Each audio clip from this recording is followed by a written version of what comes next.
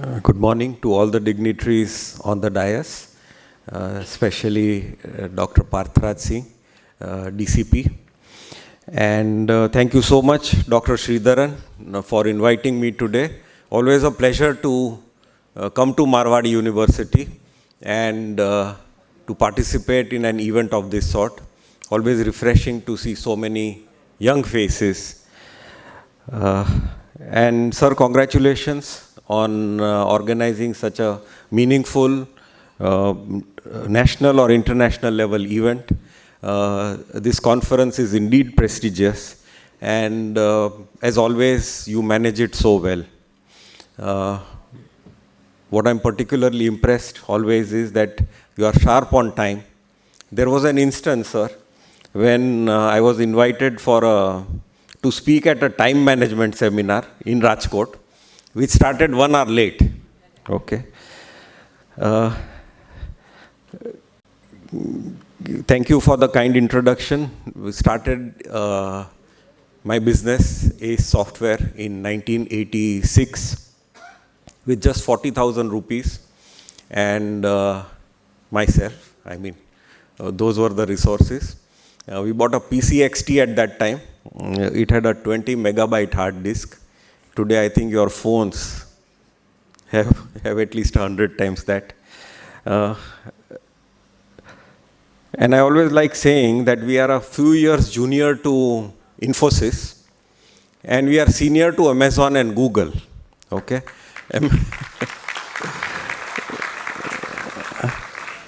So we've seen the tech revolution. I think we have, 1986 is well before most of you were born, including some of your faculty.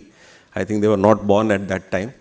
But I've seen this firsthand, and we've seen how things have evolved. If you talk about some of the current threats, which Sir said we must always convert threats to opportunities, I think cybercrime and artificial intelligence, I think these two things are top of the mind for everyone, especially new students coming out into business and industry. And probably over this 3-day conference, you will learn a lot more. Interestingly, the first computer virus called Brain, are you aware where it originated? Which country? It originated in 1986, the year I started my business. It originated in Pakistan. Okay. The Alvi brothers made a virus so that people don't copy their software, right? And it spread throughout the world, and it did so much damage at that time. The beginnings of cybercrime were initiated in those years. I remember the movie Superman, I think it was the first Superman movie. There was a character, Richard Pryor. He indulges in cybercrime, okay, and he planted the idea of cybercrime into the minds of all the people who wanted to make quick money. What he did was, if I remember from the movie, he was, somehow he had access to the payroll processing. He was part of a very large corporation.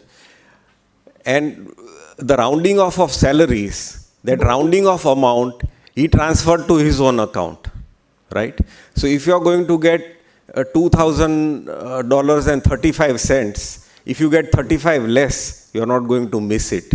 That 35 cents from a large corporation, in his first paycheck, I think an amount of $89,000 got added. In year 2000, by the way, India made a lot of money in the Y2K challenge.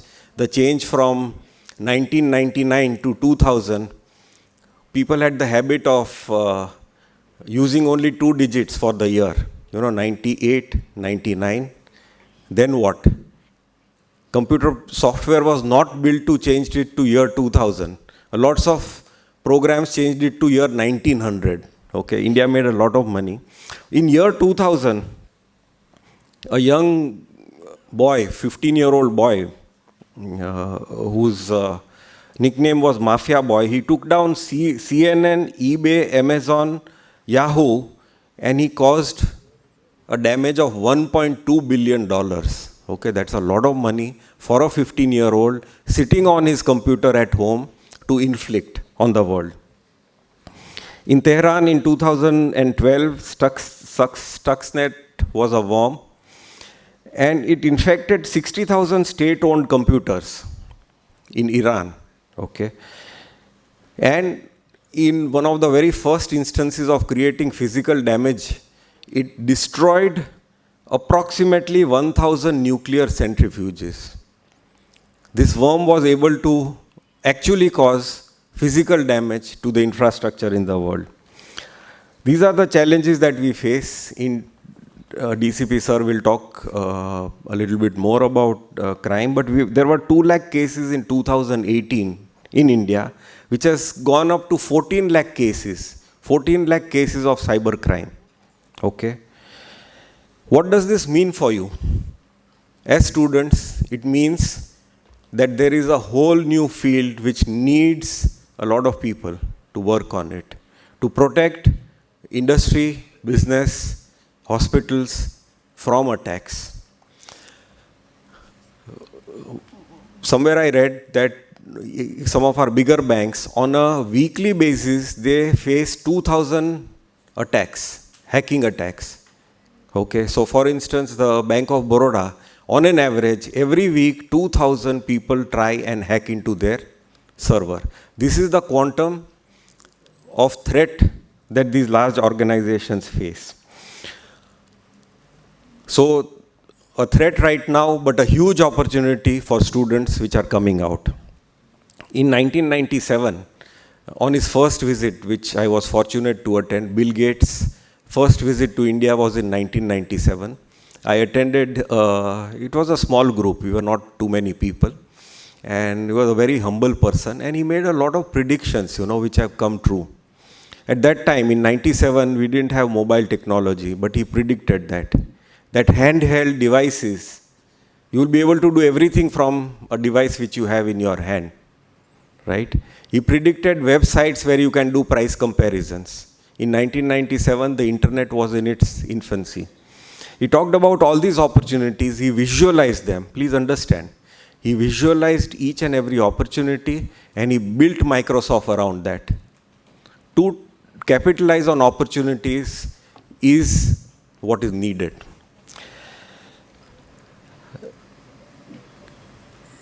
The other prediction that Bill Gates made was that, all interfaces are very clumsy. At that time, it was mostly the keyboard. Very few people used to use a mouse. He said these interfaces need to disappear, and he said he told us that, for instance, your grandmother who's never been on a computer before, she should be able to easily operate it. Yeah, we have not reached there yet, but we are slowly coming there. Everyone has a smartphone these days. Everyone is able to operate it with very little training. One of the projects which is very close to my heart and which we are, it's a social project from an NGO where I am associated. We've started a center for excellence, a lab in 18 municipal schools of Rajkot. Okay, we are funding it. It's not government funded. Now, why did we do this? We did this because in these schools, when we went in, we did a baseline assessment. We tested the students. The results were quite dramatic. When we did the test, to give you an example, in the 7th standard, we did a math test. Okay? બધા તમે follow કરો છો ને? I can speak in Gujarati also. Is English fine? Yeah, okay. So we did a mathematics test in the 7th standard. 44% of the students, their level was of class 3. ત્રીજા ધોરણ જેટલું જ ગણિત આવડતું હતું. Okay? Now, this is not a fault. Sometimes we just say government schools are bad and teachers are diseased. It's not a fault of the teachers or the schools. The schools are very well equipped. These days, because of excellent recruiting, the teachers are smart. They are better than private school teachers. The problem they face is that they suddenly get a student directly into class 5 who has never been to a school before. Age pramane admission ape છે. Now this is a huge problem. So what is the 7th standard class? 7th standard class has 15% students who know only class 1, and 44% students who know only class 3, maybe 10% students who are actually at class 7 level. Now, imagine the problem for the teacher. કોને ભણાવે? જેને ત્રીજા ધોરણવાળું આવડે છે એને ભણાવે, or should they teach the 7th standard mathematics? They are supposed to teach the 7th standard mathematics. So we decided we need an intervention, and technology is the only solution, because I have a technology background, and I thought, so we looked around and we found a very good software. It's called MindSpark. MindSpark is there in some of the best schools of the country. Now, MindSpark assesses a child's learning level. If it determines that the student from the 7th standard, she knows only class 3 level, MindSpark will switch to class 3 for her. Till she becomes proficient in class 3, MindSpark will not promote her to class 4. Okay? We've been doing this program for 5 years. Already we are seeing very good results.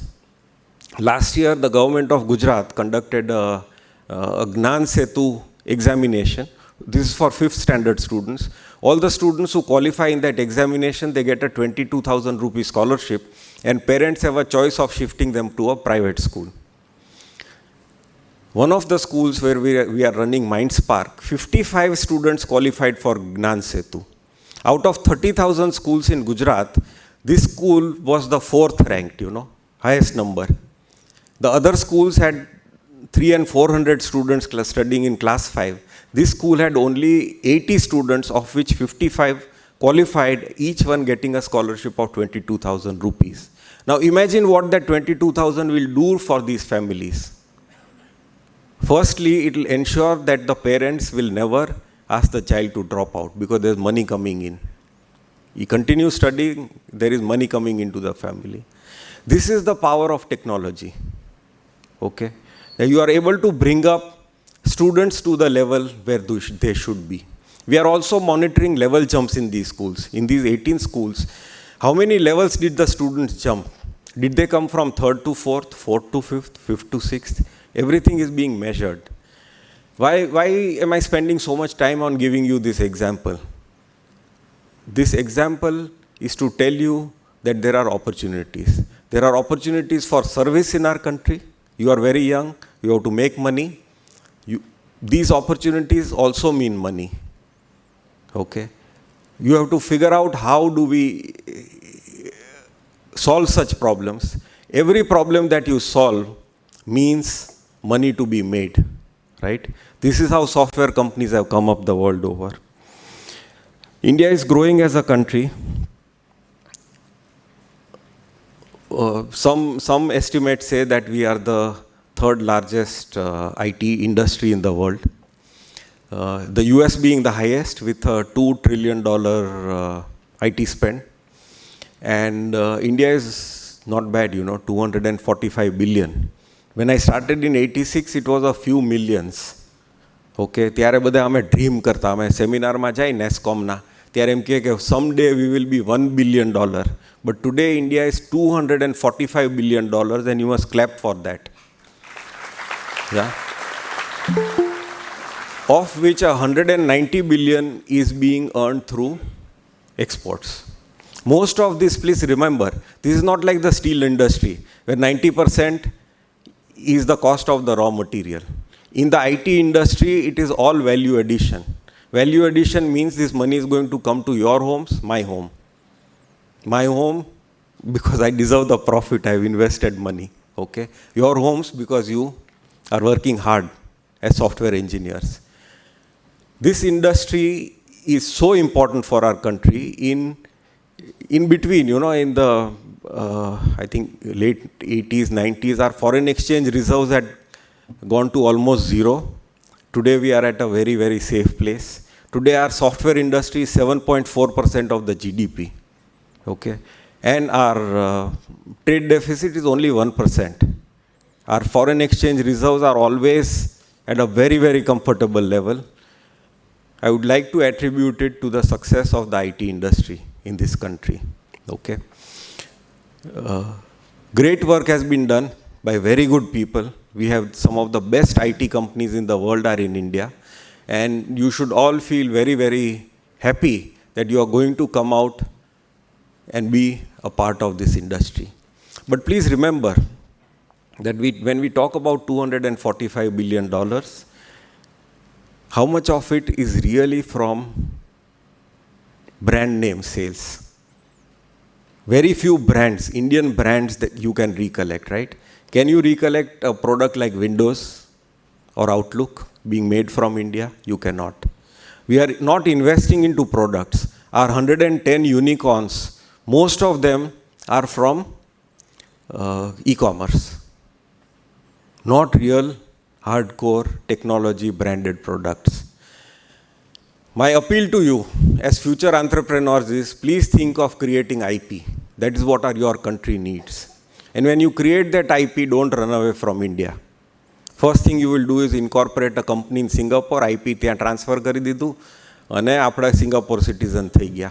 Yeah, I think it will be very good if you develop IP, remain in the country. This is what your country needs, okay? And there is a great fortune to be made.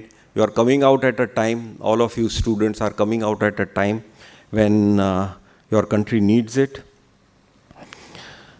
So I want to leave you with this message that those of you, of course, if you have an immediate need, you have to take up a career with a software company, an existing software company. In any case, it's going to make sense for you to go through placements and take up a very good job, which may turn into a career. But those of you who have the entrepreneurial bug, like me in 1987, I worked with ICICI is now a bank. At that time, it was a financial institution. And we were just 600 people, you know, it was doing very large work in financing. But I came out of that. You know, it was a very comfortable, cushy job. And I came out of that to start I came back to Rajkot, where I belong, to start my enterprise. And we are not an Infosys or a Wipro, but at least we made our own mark. At a time when Marwadi University was not there, Saurashtra University computer department was not there. All the people, all the thousands of people we employed, we trained them in-house. You are going to come out at a time when there is opportunity, there is money. Okay? Out of these 100 unicorns that I mentioned, 55 are loss-making. 55 are making a loss, but somebody is funding them. You will get the money. If you have a dream to become an entrepreneur, you will get the money. There are great opportunities. Now everybody is talking about artificial intelligence, cyber security, cyber crime. Yes, anything to do with IT, there is great opportunity. I want to give you this message. If you have the entrepreneurial bug, please follow your instinct. All the best wishes. Once again, thank you to Marwadi University to invite me and to arrange such a wonderful seminar. Thank you.